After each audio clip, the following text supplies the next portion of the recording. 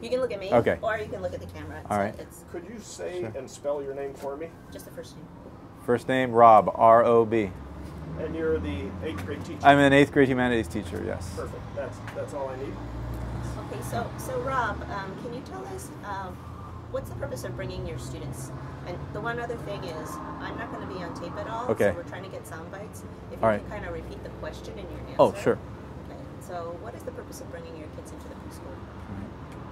Well, generally speaking, being involved with classes throughout the grade levels is important for our middle school students because it gives the opportunity to build community.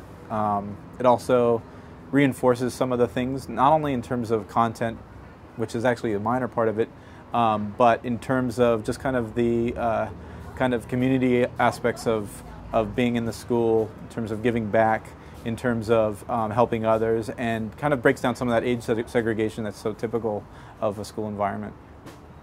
So what do you think makes a good teacher in your mind?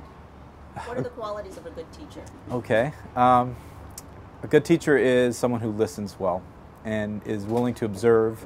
Someone once told me that a teacher should have in the back of their mind the idea to be less helpful. Generally speaking, as parents, as teachers, we often want to jump in and fix things for kids, pave the way for them, but really a lot of our work should be restraining ourselves. Sure, we should be able to avert some serious danger and that sort of thing, but generally speaking, kids are curious, they want to learn, and we want to stay out of that way as much as possible. So do you think that process transcends all age levels, like preschool? I mean, if you compare, for instance, the process of what goes on in the 8th grade class in your classroom to what you've observed happens in preschool classrooms? When we talk about our middle school, I usually reference the Reggio Emilia approach and think about how one would extrapolate that approach, which is typical of preschools, at least in the United States. That's where Reggio Emilia is used the most. Kind of think about that in terms of older students, and it's really all about emergent learning, about harnessing their interests and allowing them to explore and to ask questions and to relate to their environment. Reggio Emilia talks a lot about the third teacher being the environment, the place that they inhabit. And of course, by the time they're in 8th grade, their sphere of influence has gotten wider. The radius that they can explore is much larger. But ultimately, I think it's all the same, or should be at least. I don't think in practice it often is.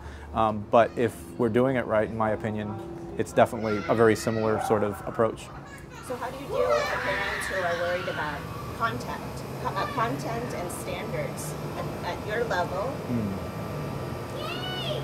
Dealing with parents who have concerns about content and standards is an ongoing struggle, partly because media seizes on numbers. They want to be able to quantify.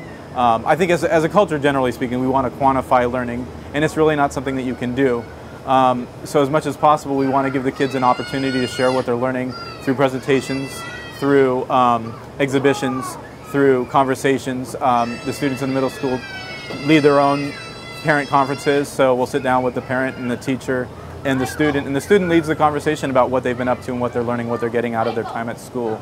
And that's the most valuable way to share learning, because you can do something on a test and forget it for the next day.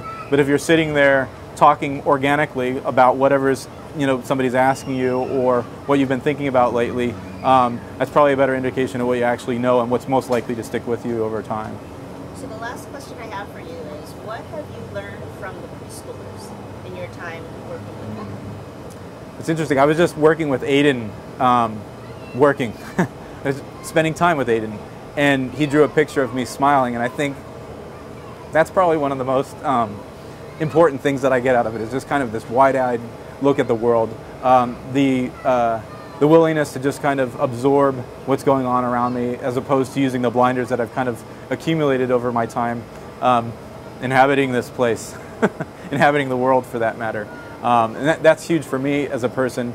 And I think it's wonderful to see how the parents of the preschoolers have engaged with the 8th graders, and how what we do here oftentimes ends up being dinner conversation with the preschoolers when they're at home. The meaning that comes from them is really, it's about relationships. I think all learning ultimately boils down to that, at least in a school environment. Sure, there's individual pursuits, but we relate to each other and gain meaning from that. So. Thank you. I'll disconnect You're you welcome. there. All right. I'll just remove that clip and now it'll drop right through. Thank you for doing that. Oh, thank you. Much appreciated.